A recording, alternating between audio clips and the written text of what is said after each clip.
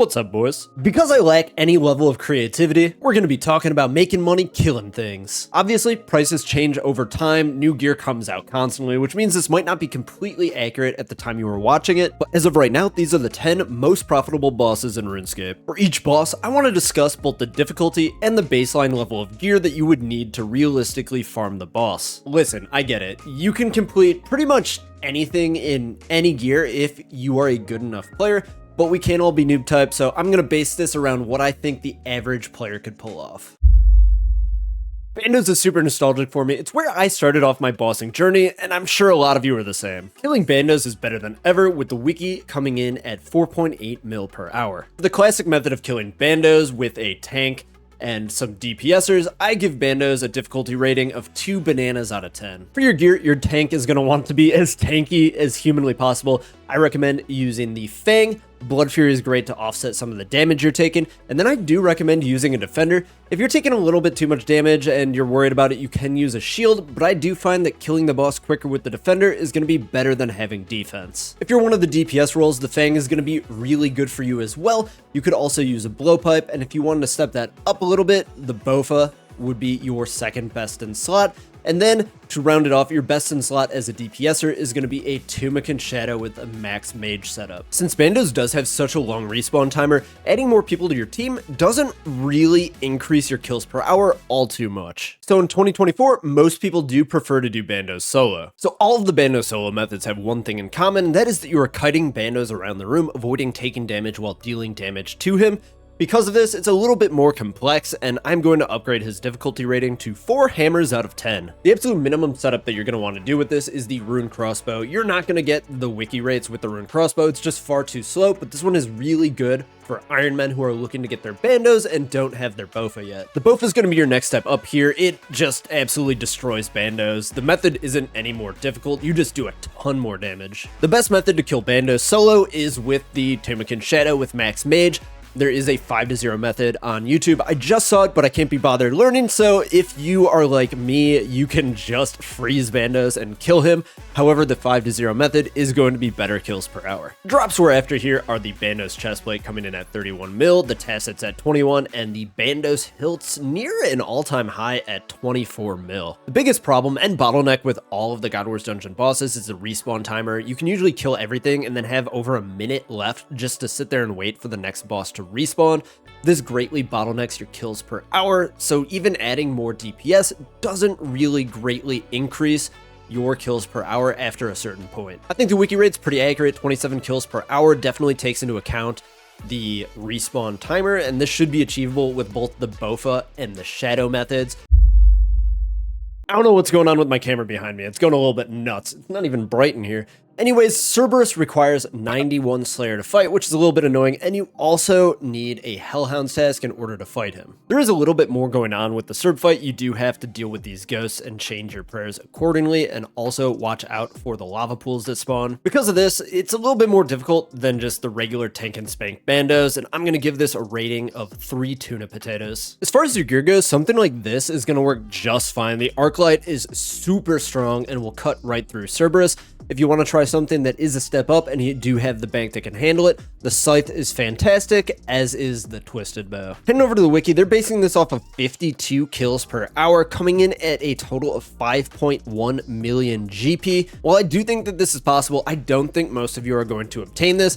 You're going to need like full max melee with Scythe, Claws, Death Charge, Thralls, just the works. Like a lot of these bosses, the GP per hour is hinging on one very rare drop. For this one, it's the Primordial Crystal coming in at 33.2 mil. We're looking at Eternals at 6.1 and the Smoldering Stone coming in at 4.1. Unfortunately, the Pegasian Crystal is only 100k and is quite the disappointment when you get one. If you want, give Cerb a try. Personally, I have a vendetta against him because I went so dry for the Prims on my Iron Man, but at the end of the day, it's pretty good GP per hour.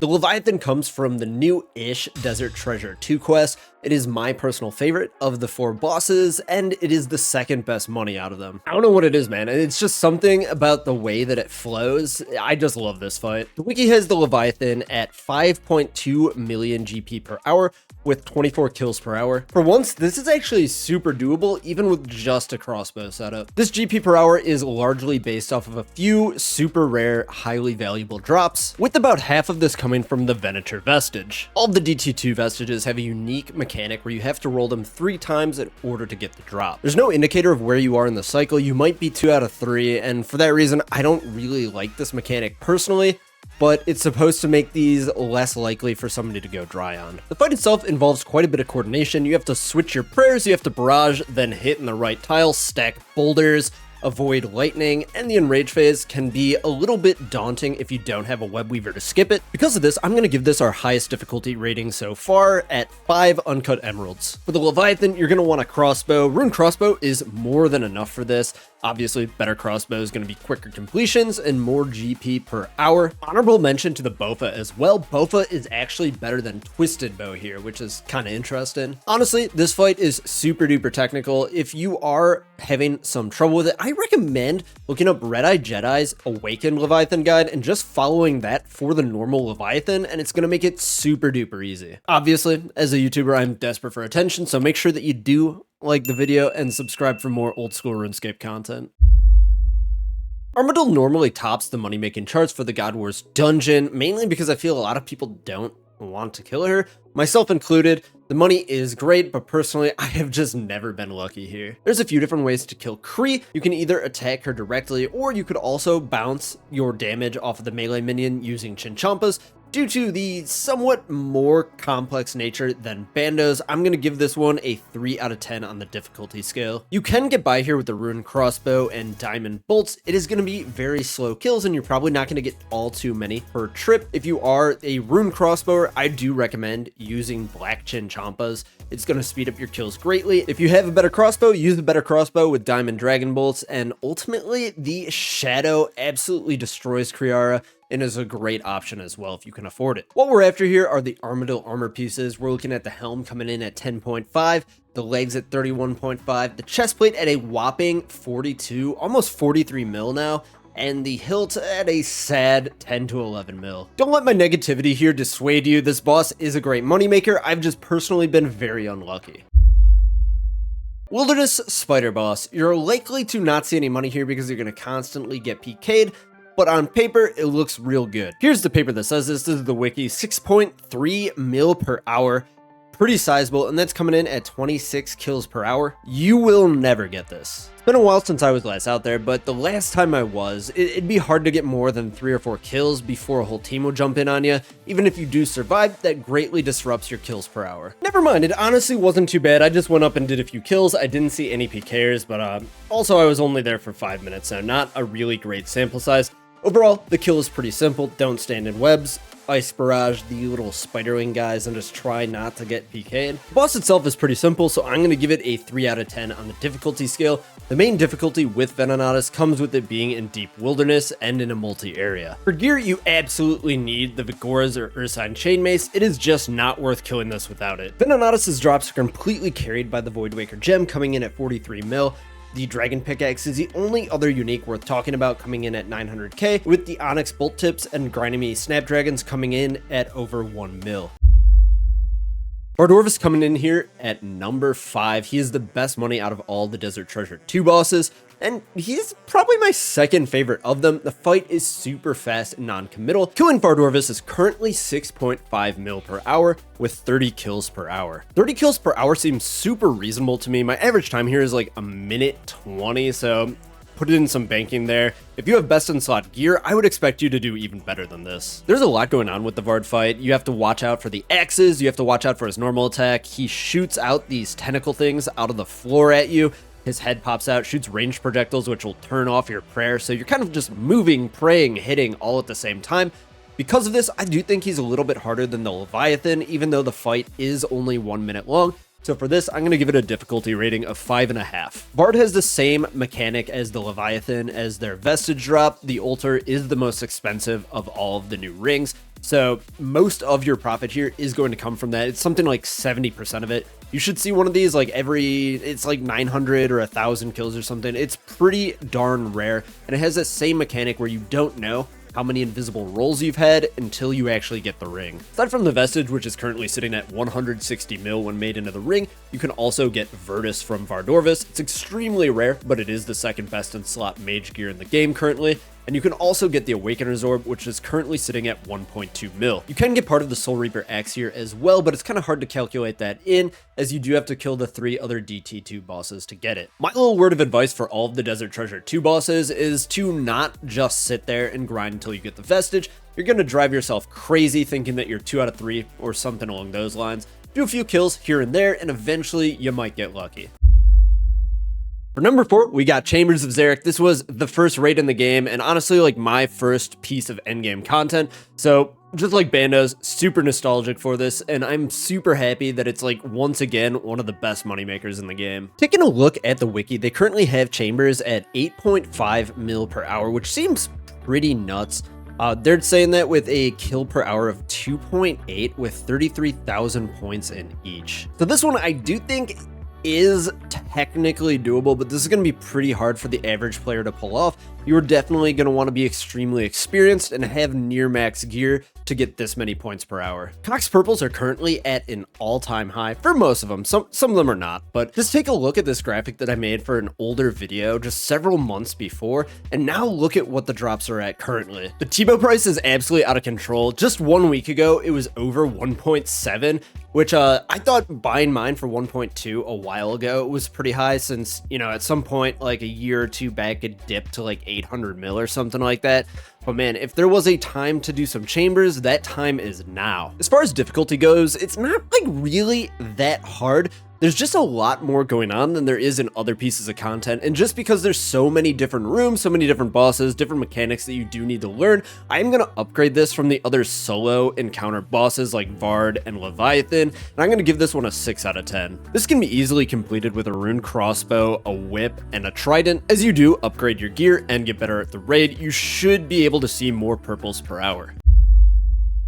I make it no secret that Tob is my favorite piece of content in the game. While Tob might only be the 3rd most profitable, it is the best moneymaker. All you do is run around and hit big numbers on bosses. There's no like stupid prep phase, there's no monkey room. The only complaint I could see is the exhume part of Xerxes, but other than that, you're just smashing shit with your scythe. It's really hard to give this one a difficulty rating. It's definitely the most difficult thing that's gonna be on this list, and that has to do with it being a team activity. You cannot rely just on yourself. You have to coordinate with other people in game. As far as our difficulty rating goes, I'm gonna put this one at 7.5 out of 10. It's much more difficult than anything else that we're gonna talk about today, but it doesn't really reach even close to things like hard mode Tob, the Inferno, or the Awaken bosses. Heading over to the wiki, we have this at 9.2 mil per hour. They're basing this off of 3 raids per hour or 20-minute completions in trios, which I honestly don't think most people who are watching this are capable of that. That's a pretty quick time, and that means that nobody's taking a piss break in between raids or anything like that, which is very unlikely. It's like Cox, the top drops are way up right now. The Infernic is down from a couple weeks back where I was like almost 100 mil, but the scythe is almost 1.1 million GP. When I first learned Tob, it was 400 mil. This really wasn't that great of a moneymaker back then, but man,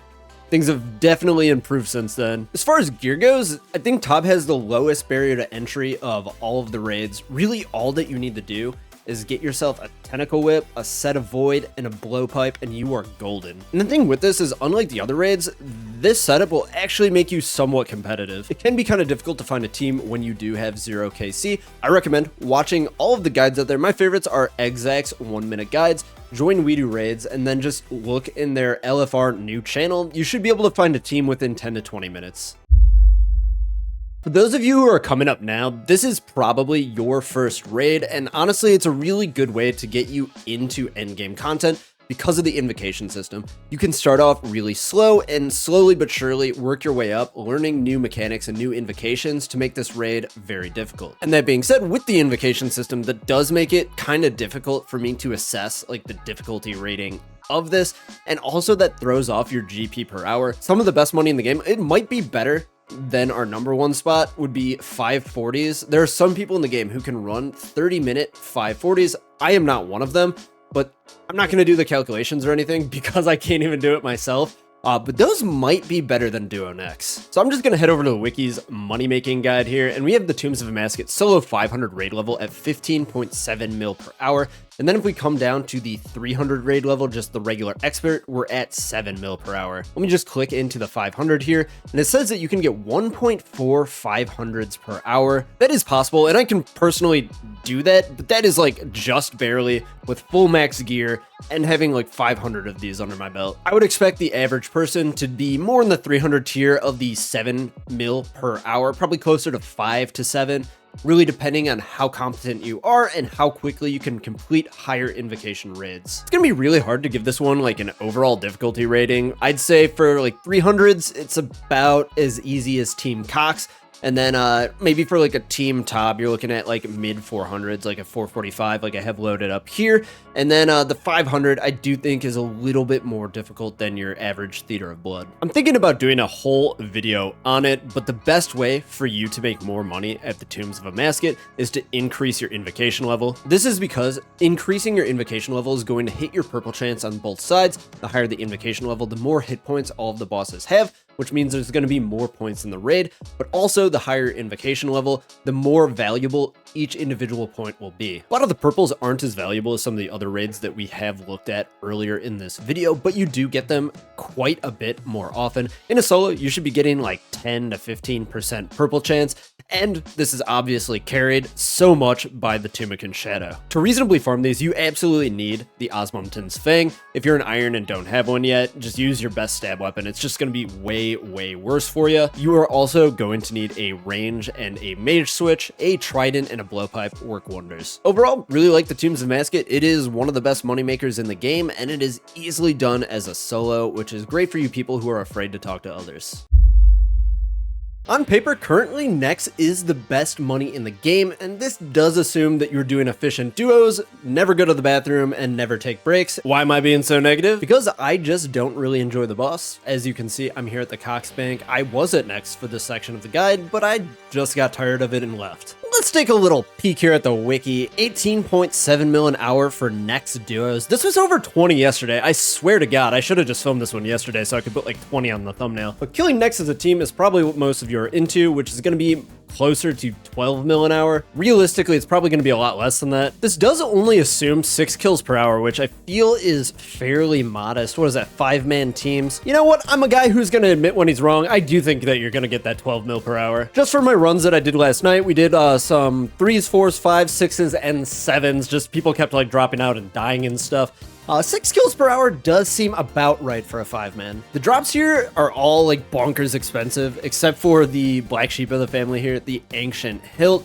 But you have the Xeric Van Braces, the Xeric Crossbow, or the Nihil Horn that makes it, and then the full Torva set. So next difficulty is like really dependent on the scale of it, and it's mostly derived from just mitigating the damage that you take by stalling her out and resetting her to the middle.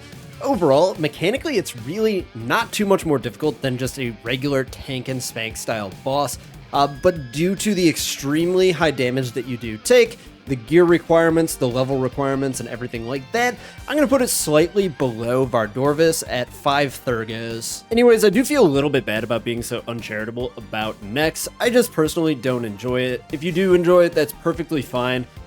Even if you don't enjoy it. Either way, if you do a bunch of small team Nex, you are going to make a ton of money in a short amount of time. That's just the way that it is, unless you go super dry somehow. So, I mean, if you are desperate for cash, this is a very good way to get it. If you did like the video, please like the video. It helps me out tremendously. And if you do want to see more from me, subscribe to the channel. If you did like this video, you might like my last video about AFKing your max cape so you can be a sweaty max nerd like myself. I'll leave that up here above my head somewhere on the screen.